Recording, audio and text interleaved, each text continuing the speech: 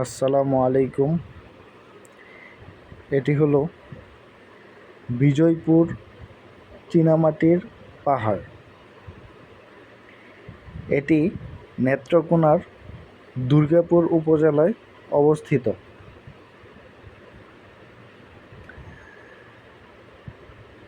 এটি দেখতে অনেক সুন্দর। আপনারা যদি প্রকৃতির মাঝে হারিয়ে যেতে চান তাহলে দুর্গাপুরে যেতে পারেন। ভারত বাংলাদেশের সীমান্তবর্তী এক অঞ্চল দুর্গাপুর। প্রাকৃতিক সৌন্দর্যের নীলাভূমি দুর্গাপুরকে বলা হয়।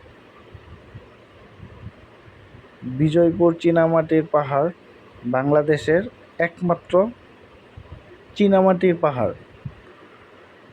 অবশ্যই আপনারা ঘুরে আসতে পারেন। সবার সুস্বাস্থ্য কামনা করছি। আসসালামু আলাইকুম।